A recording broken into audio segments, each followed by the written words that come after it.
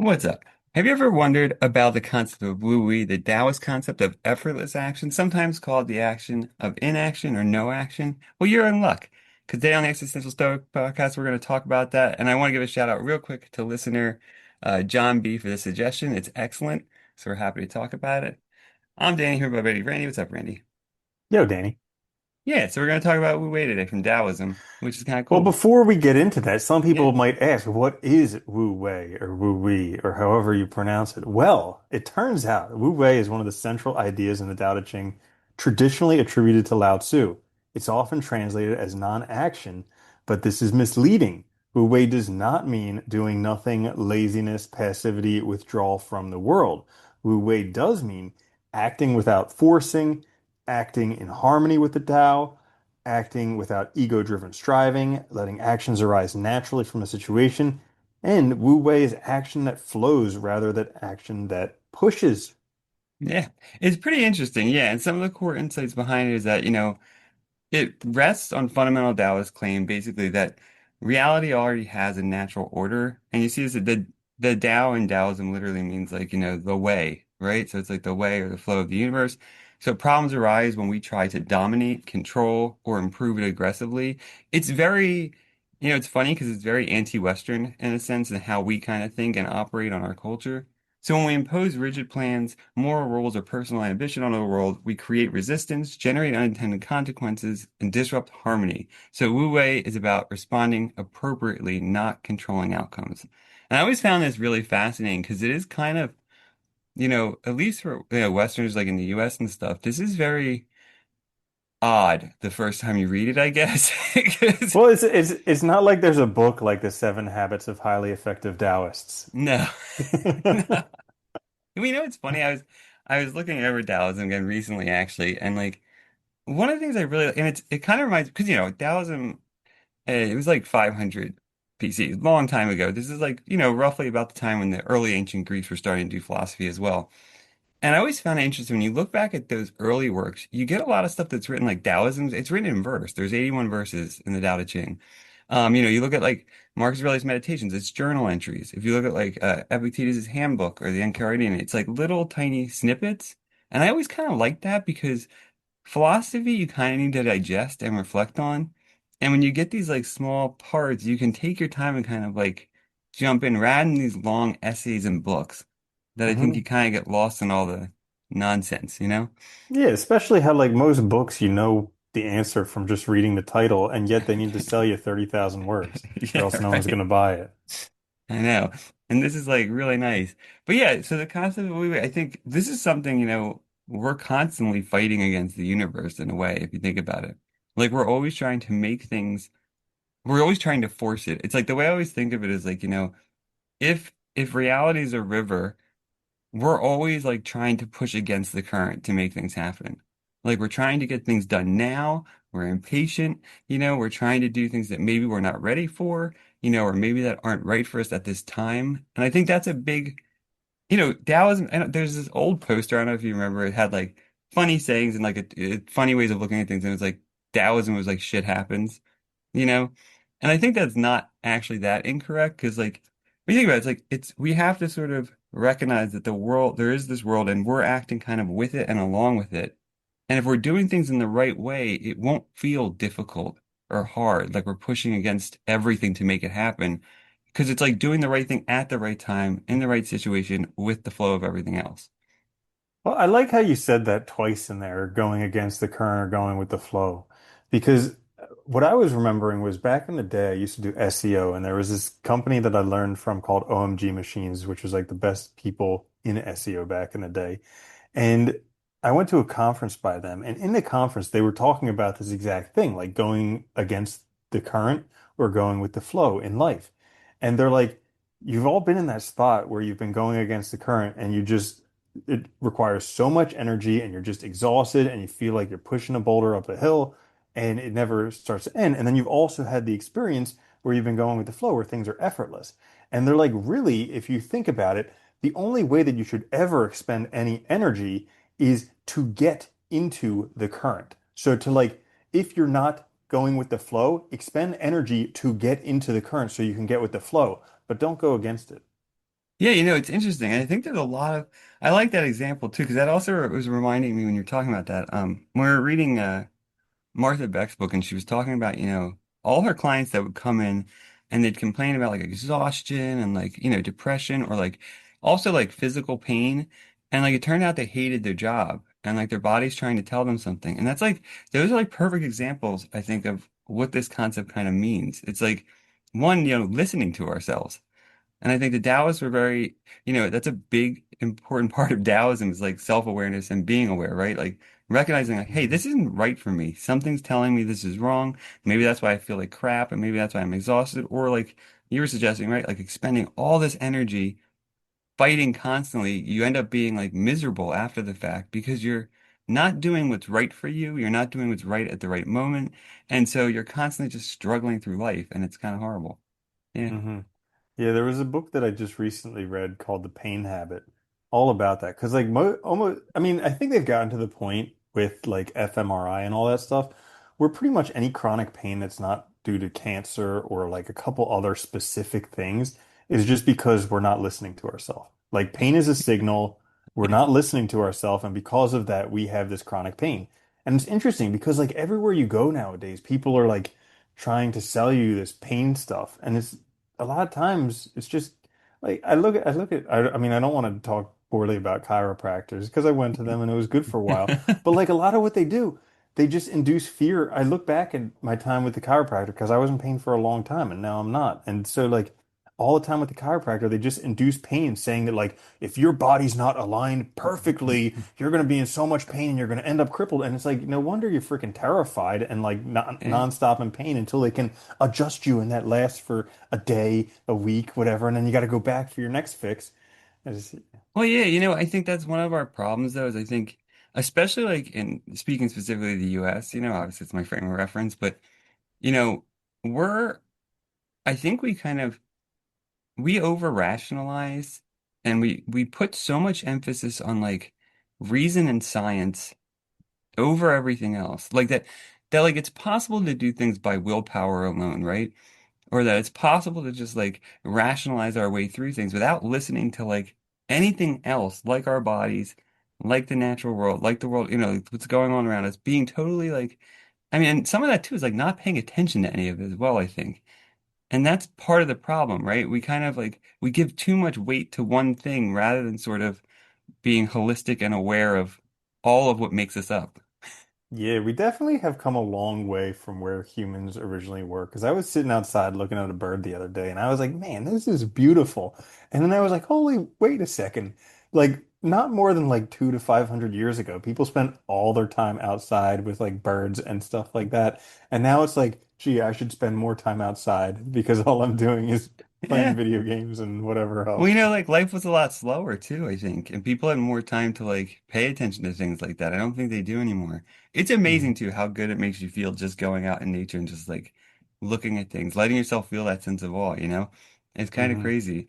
It's funny too, actually, the story of how the Tao Te Ching was written, because it's like a legend, was Yeah. Lao Tzu is like I think if I remember correctly, I might get this wrong. He was like a historian or something for one of the Well, emperors at the people aren't time. sure. Yeah, I mean, At least the history that I listened to, like he could be something like an old guy, but he could just be a collection of people. Yeah, Nobody's really yeah. sure. Like the legend that's been passed down was he was like this guy and like wanted to leave basically, and a guard at the gate was like, "Well, you gotta leave something." So he sat under a tree, wrote down these 81 verses, and left, and was never heard from again. It's a very nice legend, and it gives that Mm-hmm. very like it gives a lot of weight, I think, to the to the text. But it's kind Hmm. of funny because it's like that leaving behind all these things that kind of are getting in the way too. There's kind of that sense as well. Like Yeah. society, you know, it's got a lot of benefit, but it also has a lot of problems that take us away from, what we are. Because we are, and we forget, I know we're animals. And like, Hmm. you think about it, it's kind of crazy, but you can spend your whole day never stepping foot in the natural world.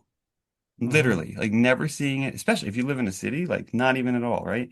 You're just Hmm. constantly surrounded by all this like prefab stuff that's very, fixed and very like homogeneous, and you're not seeing sort of the world as it really is, or what's kind of right for us, maybe, which is Hmm. interesting. Yeah. Yeah. And let's see. Oh, yeah. So like it's also really interesting how like, he talks about the Tao that can be named is not the Tao.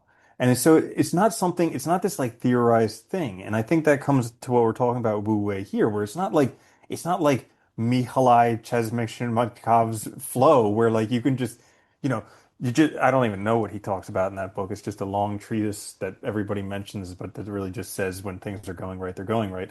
But it's more of like an experiential type of thing. The only way to do it is to feel it. If you think like this is it, let me describe it. No, that's not it. So it kind of brings that back. And then the whole idea of like action without action, because it's interesting, like breathing. You can't stop doing it. Your body will do it by yourself. And I Yeah. also think about like floating on your back in the water. Like you don't have to do anything. You're just floating. But like instead we like struggle and we look like drowning monkeys and stuff like that, you know? Yeah.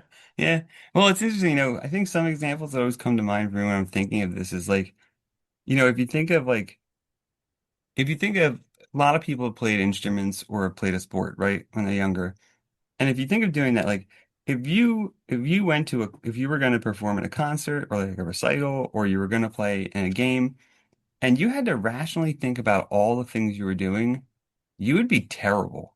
Like you would make so many mistakes. You would be always kind of behind the action, especially in a game or even in music, right? You'd always be behind because you'd be thinking through everything. So the way to get around that is you practice a ton, right? You build the muscle memory so that when things happen, you can respond in the best way that you're able to. And I think that's kind of like what this has in mind, right? It's this idea of like we can be kind of with the flow of everything and acting correctly with it, not against it, not pushing back.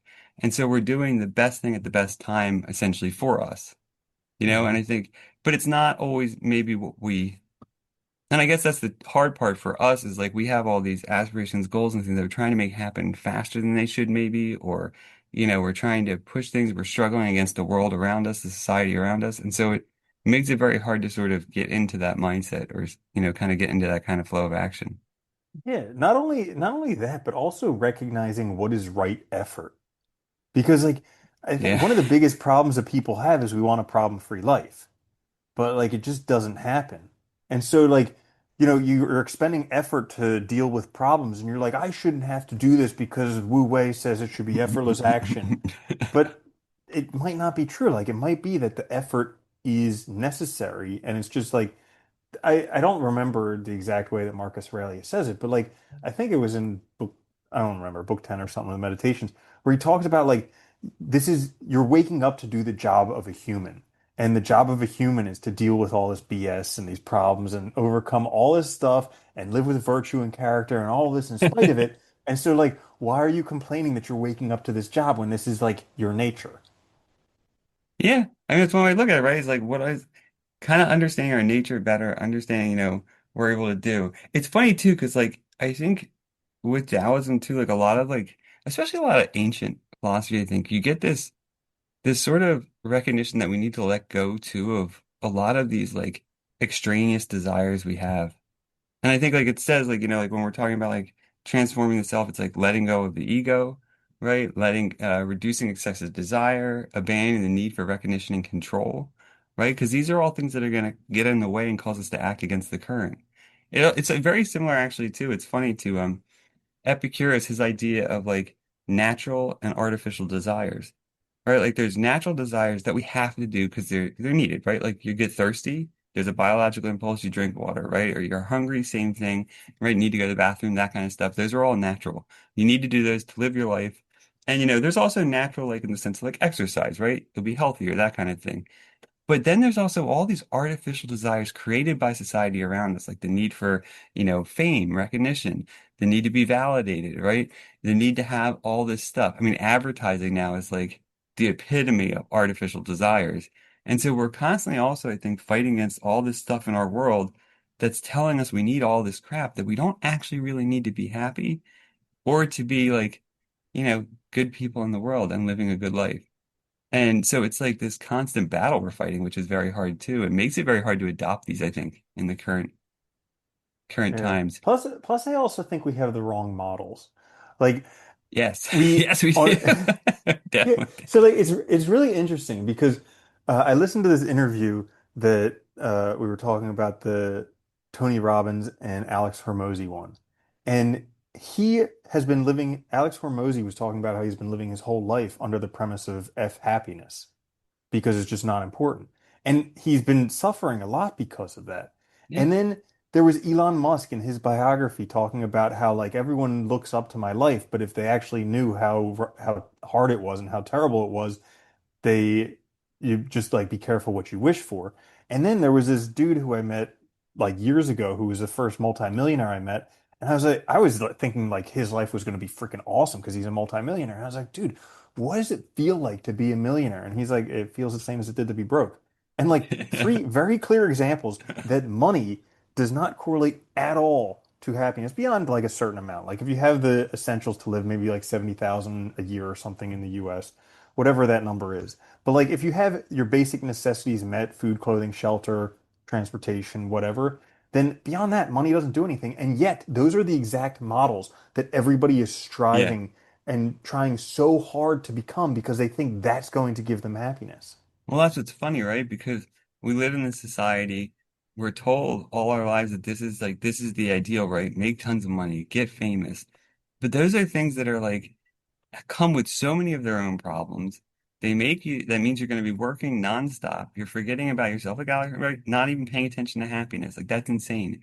It's funny too, because you look back, I always think about this too. You look back at all these, especially like you look at all these ancient philosophers, and like so many of them were focused on what makes a good life and a flourishing life or a happy life. Basically, that's what they were interested in. And it's like, and it's funny that none of them say like money, fame, honor, recognition, all this Yeah. crap that we focus on so much because all of it is also external. You don't have control over it. You Hmm. can make tons of money and lose it instantly, right? You could be famous and get canceled or something, right? So many things can happen that you have no control over. And yet at the same time, when you're doing all that, you're not doing anything working on yourself. You're not paying attention to your mental health. You're not listening to yourself. You have all these people coming after you for things, right? It's like you're getting pulled in all these directions rather than being able to do what's natural to you. Yeah. Yeah. I heard an interesting definition in the book, The Art of Spending Money, about what makes for a pretty good life. And the guy said independence plus purpose. Independent, and he just like stressed it over and over again. He was like independence plus purpose, Yeah. independence plus purpose. And he's like, because if you can figure out a way to be independent where you don't have to rely on other people, you don't have to rely on someone else's time clock, all that stuff, and then you have some type of drive, some purpose that makes you feel like you're growing, like you're learning, like you're contributing, that's really all you can ask for. And it's really interesting because he does not say being really rich. And he's a guy who's probably well into the multimillionaire, probably Yeah. like hundreds of millions by this point. And the answer is not being rich, which is crazy. Yeah. Well, I think this is the hard part, right? Because it's like, and this is always one of the struggles, I think, whenever, I mean, I know whenever I've taught Taoism, especially, or like any really of the ancients too, it's like, I think it's always hard for us too, because it requires such a shift in how we think that it can seem so like unrealistic at first because it's very contrary to how our normal thinking is, which is they would argue is wrong, right? And so like Hmm. it requires kind Yeah. of a big shift and letting go of a lot of stuff, not trying to force things. And I think that's the biggest problem, right? Is that we're all trying to force this stuff rather than kind Hmm. of doing it right. And like you were even mentioning before, right? There's been so many studies that have shown like, and it's something like 75 or 70,000 or something in the US, but like after that, money contributes almost nothing to happiness. And Hmm. basically it's because initially it takes care of like all those key things that you need to live that are highly Hmm. stressful, like a place to live, food. But once you've Right. done that, it's like, a Yeah, Toyota you can get a Corolla little versus bit a nicer Porsche. car. Yeah, Yeah, does it exactly. matter at the end of the day? No, Yeah, it's no. kind of insane. Yeah. And so then, let's see, there was something else that I was just thinking about that clearly left me. Hmm. Well, here's another thing that I think is really interesting too with Taoism. I think this is one of the interesting things about it is that it is sort of this like both awareness of self and awareness of the world around you. And one of the things I really find interesting is like when it comes to like ethics or acting correctly, like Taoism argues like if you're doing it right, when you're acting with the flow, you don't need moral rules. You don't Hmm. need guidance because they should come from within, right? They should be things that, are already in you that you're acting on essentially that are natural to you. And, we usually think of it as like these externals we have to conform to rather than something that comes from within us that we're aligned with correctly. That's an interesting point because like they say that one of the ways for people to stop doing like uh drugs or bad behavior is to do hallucinogenics or so like mushrooms, acid, those types of things. And I had the experience on mushrooms where like stuff that I was doing that was somewhat wrong to me, but I was kind of like suppressing it. When I was on mushrooms, I was like, "Oh my God, this is terrible. Like I need to stop that."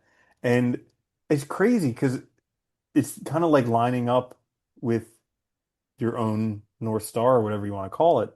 But then when you're not under the influence, you start to see, hey, this stuff wasn't right and I was doing that anyways. So It's one of maybe I actually have to that's one change of the things that. they've found. Like a lot of the studies they've been doing actually with hallucinogens have found basically that, which is like it allows people to like I guess kind of like what you're saying, like unlock more like an awareness of their own self in that state. And it's like done correctly, obviously, and like, done the right way. It can really actually be beneficial, which is interesting. It can give you kind of like a very quick awareness of oneself rather than like having to do it and struggling kind of through it. You're taking yourself out of the norm. Yeah. Yeah, it's kind of I interesting. think it's interesting because it's like a brief moment of enlightenment. It doesn't last and it's not going to keep you there forever, but like you can see what the end goal of meditation or something like that would be. Yeah, right, right. I Uh-huh. think but that's hard, right? Is like figuring out like what is that for us, you know? Knowing yourself is not easy. And I think too, a lot of us too, it's like, you know, we expect so much from ourselves when we're younger that Mm. like really is unrealistic. Like I think about that a lot. Like when you go to college and you first enter the working world, we act like we're adults, like we know ourselves. Our brain's not even fully developed. Like, and when you think back, like I can tell I'm so much more level-headed now than I ever was when I was younger, and stuff, and know Hmm. myself so much more because you can take the time to do it. I think so. Part of it is just maybe experience and time too is kind Yeah. of required to kind of get there. But yeah, Yeah. And also just understanding the concept of average. Like yeah, on average, everybody's just average. You might be great at one thing, but you're going to be terrible at some other stuff because of that. And on average, you're just going to be pretty average in pretty much everything. And I think that social media makes us think that we should be some other way. Like I should be exceptional at this, I should be perfect at that, I should be this and that. And it's just like, nah, I'm just kind of an average aging guy. That's it. yeah. It's funny. It's like Hmm. if you ever read like big regrets of people that were dying, right? Like, most of them are things that like they didn't get to be themselves, basically. They didn't hang out Hmm. with friends more. They didn't spend time with people that loved them. They were Hmm. too focused on work, too focused on things that ultimately at the end of the day don't matter. And this is also Hmm. part of Taoism too, is recognizing like we're natural beings, right? Like there's an end to this. It's like nothing Hmm. carries over. We don't bring anything with us. You know, when we die, do we matter anymore in the grand scheme of things? Like any of that stuff that we gained, it doesn't mean Hmm. anything. And so it's kind of, I think, trying to get into that sense of like, well, what really matters now? What's important now? And acting with that. I always thought Taoism has a very sort of, there's a lot of overlap with like authenticity and that idea, because Hmm. it's like, when you're acting in a way that's so right for you, it's like it takes no effort. Hmm. And that's like Wu-Wei, right? Like Nietzsche Hmm. talks about like, authenticity. It's like it's almost like you're acting in a way where like it's like instinctual. Because what you're Hmm. doing aligns so correctly with you that it's like it's just the only choice. Right. And I think that's kind of similar in this context where you're doing what's so right for you that it aligns perfectly. It's almost like there's no effort. It feels right. Hmm. Yeah, that does make a lot of sense. Like you actually get to be you instead of trying to be a carbon copy of someone else or a copycat of Yeah, or someone trying to else. live up to these things that you've been told you need to do, or trying to like, you're watching TV, social media, trying to get all this money because everybody else, you I, see all these people with s- money and like, yeah, I always when you mention that stuff, I always think of I think it was like the first chapter of The Subtle Art of Not Giving an F, where he talks about this poet or artist or whatever, Thomas Bukowski, who basically was like a degenerate his entire life. He was an alcoholic, he was a philanderer, he like amounted to nothing, couldn't hold a job, like couldn't do anything, but he wrote some poetry, I think, if my memory serves, he wrote some poetry that he was recognized for posthumously, like when he died. And like But the thing is, and I think that's what he was talking about that in the beginning of the book, was like he was so authentically himself that he just didn't care. Like it didn't matter that he wasn't the best at this or the best at that because he was just him, who was an alcoholic, a philanderer, all these other things, and that was it. Yeah. And I mean, it's probably why if that work was like authentically him, it's probably why it was recognized afterwards. It was probably good, right? I mean, that's the Hmm. funny thing. I think that's the other. Hmm. It's also funny too because like a lot of stuff we do. I think about this a lot because like writing, right? Like I've been trying to do more creative writing, and it's I always find it's the hardest to do when I'm thinking about like what I think people would want or what I think the audience would want, something like that, because I think we do this a lot where we, instead of doing what's natural to us or right for us when we're doing things that we want to do, especially creative stuff, we try to make it with a pre-formed idea of the audience or who we're targeting. And it's so it becomes for them rather than for us, or becomes, Mm. an Yeah. expression for them rather than an expression of ourselves. Yeah, that was another interesting thing because that dude who wrote Morgan Housel, who wrote The Art of Spending Money, he was talking about like internal versus external motivations, and he was saying how he's always written stuff for himself. And I was like, I mean, good on him because he has like two incredible bestsellers that he's just done writing stuff for himself. And it's like, yeah, that's great, but wow, pretty darn lucky. Yeah, it is lucky. I mean, but I think if you write something for yourself, it's gonna be though probably way better than anything you could write, Hmm. for someone else because it's you, right? It's an expression of you rather than being Hmm. trying to conform to something. And I think Yeah. that's the thing we And all maybe face. it's him being in the flow, him Yeah, being in the current and not going against it, trying to write something else that's not truly him. yeah, yeah. It's interesting too, because like they do use water so much in Taoism too as an explanation for this, and I think Hmm. it does work well. Like just to read a couple, like it's like water flows downhill without effort. Think of like Hmm. plants growing without planning, seasons change without command. Like I think these natural sort of cycles are important in Yeah. Taoism to recognize too, because we are animals. I think this is the thing I we forget the wonder most. I wonder if Taoism has all these water things because we live on a primarily water-based planet. We are primarily water-based life forms, you know? Probably, Is it? it also is I think it's a very good, it just is a good sort of representation of this too for us, like mentally, conceptually, that like, because everybody understands that, right? You think of the river. If you're trying to get somewhere and you're in a river, everybody's walking. If you're walking against the current, you're going to be spending so much energy, dude, to get there. Whereas if Dude, you but can find a way also to do it with it, you'll get there with almost no effort, right? It's it so also easy. blew my it also blew my mind like in science class how water's like the only thing that when you freeze it it expands. Like Yeah, I everything know else it's you freeze it weird. gets smaller, water freezing. It's like there's something crazy going on. Yeah. And Bruce Lee says be like water, my friend. Hmm. It's Yeah. interesting. Yeah, it's like you can fit through everything, it finds a way through stuff to get to where it's going, it can like it's very, Hmm. it's very flexible, right? Like Hmm. water, it doesn't, it can both carve paths through mountains, but it Hmm. also will divert around stuff. Like it's really interesting. It takes Yeah. the easiest path, right? And I think that's kind of interesting too, but it's also very strong. Because I think that's the other problem too. I think a lot of times when people first read these types of philosophies, they think they're kind of like, maybe from Western perspective, I don't know if this is the right word, but weak or something, where Hmm. it's not as Yeah. aggressive. But I think that's Hmm. wrong because there's probably more strength in this than in our way of doing things. It's just understanding it, right? So it's, Hmm. yeah. Yeah. Yeah. I think, Very I mean, interesting. yeah, I love this concept. I'm glad I was recommended this idea. And I think, yeah, if you want to get more into it, definitely check out the Tao Te Ching. It's really fun to read. Just take your time with it. There's tons of stuff online you can find for help. And, I Hmm. think with Wu-Wei too, remember, it's like you just want to do what's appropriate for you, right? Do what's right, act within that flow, not against it. And you'll find things are a lot better.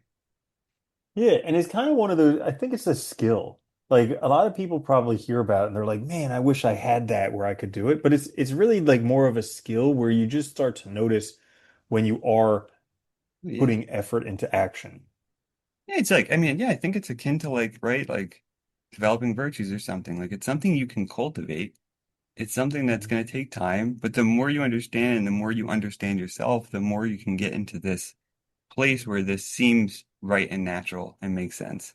And you understand it better, Yeah. So there you have it. right? The Taoist concept of Wu-Wei, effortless action. I hope you guys like this episode. If you have suggestions, feel free to email us or drop a comment on any of our YouTube videos. We have tons of episodes. You can catch them out wherever you want, YouTube, on your podcast. We'll be back next week with another episode, though. Until then, later, Randy. Later, Danny.